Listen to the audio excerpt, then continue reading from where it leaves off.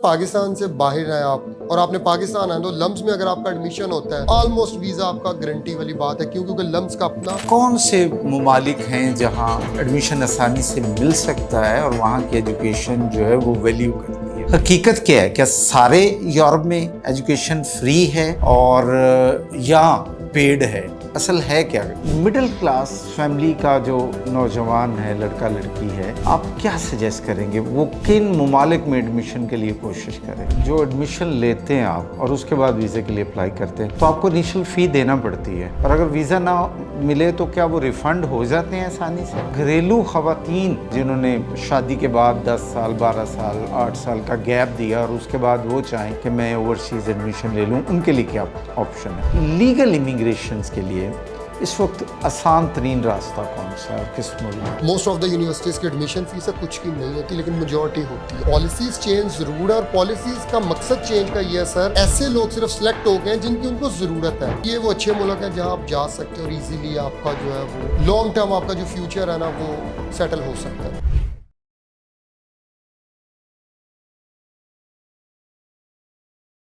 بسم اللہ الرحمن الرحیم، میں ہوں خالد ارشاد صوفی۔ کریئر کارواں کے پوڈ کاسٹ میں آج کی ہماری مہمان شخصیت ہیں جناب علی اسد صاحب۔ علی اسد صاحب سے آپ بخوبی آگاہ ہیں، سوشل میڈیا پہ ان کی خاصی اپیرنس ہے۔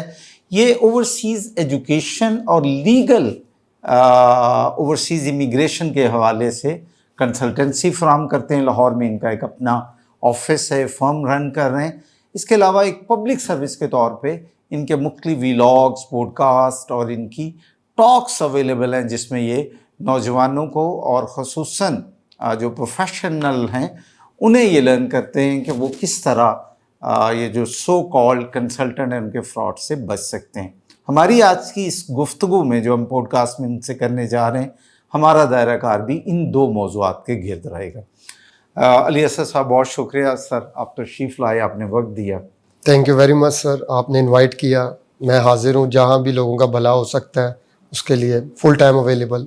بہت شکریہ علی صاحب۔ پہلا سوال تو آپ سے یہ ہے، اس سے پہلے کہ میں آپ سے جو موضوع کے سوالات ہیں ایک آدھ آپ کی اپنی ذات اور کریئر کے حوالے سے، میں نے آپ کا جو پروفائل دیکھا ہے اور جتنا میرے علم میں ہے، آپ انجینئرنگ کنسلٹنسی سے وابستہ تھے اور آپ نے سرو کیا بہت ساری ملٹائی نیشنل کمپنی میں، کنٹری ہیڈ کے طور پہ بھی رہے، کارپوریٹ سیکٹر میں آپ کی جاب رہی۔ یہ پھر ایک دم وہ والا جہان چھوڑ کر یہ وزٹ ویزے، گروپ ٹور اور اوورسیز ایجوکیشن کی طرف کیسے آنا ہوا؟ جی بالکل، میرا جو بیک گراؤنڈ ہے، professional career start back in 2005 from a multinational. اس کے بعد میں جو ہے ملٹی نیشنل میں ہی رہا اور انجینئرنگ کنسلٹنسی سیکٹر میں رہا، اور الحمدللہ اس ملک کے کئی hydro power projects, gas pipe line, solar کے پروجیکٹس، ونڈ کے ایون۔ اور اس کے بعد جب میں اپنے کریئر کے پیک پہ تھا تو مجھے شوق ہوا کہ کیوں نہ مائگریٹ کیا جائے، اور میں ایک کنسلٹنٹ کے ہتھے چڑھ گیا۔ 2 سال تک سر مجھے انہوں نے خوب خوار کیا، فیک ڈاکومنٹیشن۔ اچھا، وہ میرے کریئر کا پیک ٹائم تھا جس وقت میں اور بھی بڑی اپرچونیٹیز تھیں، اور میں نے ان ساری اپرچونیٹیز کو سائڈ پہ کر دیا کہ یار میں نے ابراڈ جانا ہے۔ یہ وہ چیز تھی۔ اچھا، وہ پھر بعد میں پتہ چلا جب میں خود اسٹڈی کرنے لگ پڑا، بہت زیادہ اسٹڈی کیا، پھر میں نے مختلف جو ہے وہ کورسز بھی اس میں کیے ایون۔ تو اس کے بعد مجھے پھر آئیڈیا ہوا کہ یار یہ اس جگہ پہ بہت زیادہ گیپ موجود ہے، اچھے کنسلٹنٹس اویلیبل نہیں ہیں۔ پھر میں نے آہستہ آہستہ اپنے گھر سے، اپنے اسٹڈی سے اسٹارٹ کیا، اور کچھ سال تک میں آہستہ آہستہ گرو کرتے رہے، اور پھر ایک وقت آیا جب ایک ماشاءاللہ ایک بہت بڑی ٹیم اور ایک پراپر آفس کے ساتھ ہم نے، تو پھر آپ نے باقاعدہ اپنا کریئر سوئچ کیا ہے؟ جی بالکل، انجینئرنگ کنسلٹنسی سے ریزائن کر کے ایک ملٹی نیشنل سے اور اس سیکٹر میں ان ہوا۔ اچھا ٹھیک ہے۔ اچھا، اس پوڈ کاسٹ کے آغاز میں جو ہم کچھ ایجوکیشن سے متعلق سوال آپ کے ساتھ رکھتے ہیں۔ جی پلیز۔ اس وقت جس طرح پوری دنیا میں بڑی سختیاں ہو رہی ہیں، مغرب میں خصوصاً، اور اسٹوڈنٹس کے حوالے سے بھی، سکروٹنی کے حوالے سے بھی، ایڈمیشن اپروولس کے حوالے سے بھی، ویزا کے حوالے سے بھی، اس کے باوجود آج جب ہم ستمبر 2025 میں اور آپ بات کر رہے ہیں، تو کون سے ممالک ہیں جہاں ایڈمیشن آسانی سے مل سکتا ہے اور وہاں کی ایجوکیشن جو ہے وہ ویلیو کرتی ہے؟ سر آپ کا بڑا جینین کویشچن ہے. اس میں یہ ہے کہ آپ کو ڈائنمکس پہلے جو ہے نا وہ دیکھنی ہے اس انڈسٹری کی. ٹھیک ہے. پوری دنیا کے اندر آپ بالکل ٹھیک کہہ رہے ہیں کہ اس وقت جو ہے حالات ٹھیک نہیں ہیں، اور لیکن ایٹ دا سیم ٹائم اگر آپ یورپ کو دیکھیں تو جتنے کنٹریز ہیں وہاں برتھ ریٹ نیگیٹو ہے. They need people. اور سب سے بہتر انڈکشن جو ہوتی ہے سر وہ یہ لیول ہے کہ جب ایک بچہ پڑھنے آتا ہے، اس کے بعد وہ اس ملک میں رہ کے ڈگری لیتا ہے، اس ملک کے زبان، اگر ہم یورپ کی اسپیشلی بات کریں، زبان سیکھتا ہے، اس کے بعد پوسٹ اسٹڈی ورک پرمٹ ملتا ہے، وہ وہاں پہ رہ کے جاب سرچ کرتا ہے. ایسے بچے یورپ کے لیے بہت زیادہ امپورٹنٹ ہیں ان کی اکانومی کو زندہ رکھنے کے لیے. ورنہ آپ نے اکثر سنا ہوگا اٹلی کے اندر جو پورے کے پورے گاؤں ویران ہو گئے ہیں. اسی طرح سوئٹزرلینڈ نے بھی کوئی پروگرام دیا، اس کا کچھ ایکسپیسو. تو مطلب یہ یورپ کے اندر اس وقت سر. اسی طرح اگر ہم کینیڈا اور آسٹریلیا کی اگر بات کرتے ہیں، کینیڈا اسپیشلی دنیا کا دوسرا بڑا ملک ہے اور 4 کروڑ اس کی ٹوٹل پاپولیشن. اب اگر آپ ان ڈائنمکس کو دیکھیں تو انہیں لوگ چاہیے. ہاں پالیسیز چینج ضرور ہے، اور پالیسیز کا مقصد چینج کا یہ ہے سر کہ ایسے لوگ صرف سلیکٹ ہو گئے ہیں جن کی ان کو ضرورت ہے. ٹھیک ہے. اور کوئی ایشو نہیں ہے سر. بچہ جو ہے اس کو بس ایک رائٹ پاتھ وے چاہیے جس میں آپ اس کو پراپر گائیڈ کریں. ہمارے یہاں پہ بچوں کو پراپر گائیڈ نہیں کیا جاتا، ان کے کریئر کاؤنسلنگ نہیں کی جاتی، اور وہ بس سہانے خواب دکھا کے جو ہے نا چیزیں. اس وقت سر یو کے از دا بیسٹ ڈیسٹینیشن. اچھا. ابھی حالانکہ جب ہم سپٹمبر میں بات کریں، آپ شاید یہ نیکسٹ کویشچن میری طرف کریں کیونکہ آپ کافی آپ کی علم ہے ان چیزوں میں کہ یو کے میں تو پروٹیسٹ ہو رہے ہیں بہت زیادہ کہ امیگرینٹس کو نکالیں. بٹ اسٹل ان کی پالیسیز آج بھی ابھی تک کی جس وقت ہم یہ پوڈ کاسٹ ریکارڈ کر رہے ہیں وہ اسٹوڈنٹ فرینڈلی ہیں. ٹھیک ہے. مطلب ہے آپ کو 2 سال کا یا 3 سال کی، مطلب 3 سال کا بیچلرز ہے اور 1 سال کا ماسٹر، اس کے بعد 2 سال کا پوسٹ اسٹڈی ورک پرمٹ ملتا ہے. اسی طرح اگر ہم کینیڈا کی بات کرتے ہیں تو 2 سے 3 سال کا پوسٹ اسٹڈی ورک پرمٹ ملتا ہے. یورپ کے ڈفرینٹ کنٹریز کے اندر different post study work permit کی ٹائم ڈیوریشن ہے.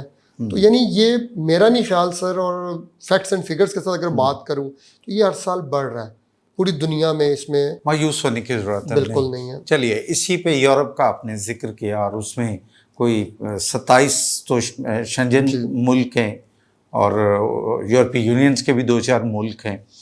اچھا یہ یورپ میں ہم سنتے ہیں کہ جی مفت تعلیم ہے، جرمنی، اٹلی، بہت سارے اور ممالک میں، اور ساتھ میں آپ جیسے کنسلٹنٹ سے یہ بھی سنتے ہیں بہت تھوڑے یورپ میں یہ ڈگری لے کے آئیں ناروے سے، لتھوینیا سے، یہ جو باقی جو یورپ کے کچھ ملک ایسے ہیں. حقیقت کیا ہے؟ کیا سارے یورپ میں ایجوکیشن فری ہے اور یا پیڈ ہے؟ اصل ہے کیا؟ سر یورپ کے صرف کچھ کنٹریز ہیں جہاں پہ ایجوکیشن فری ہے. ٹھیک ہے. یا بہت سستی ہے. ٹھیک ہے. Rest of the European countries کے اندر ایجوکیشن مہنگی ہے.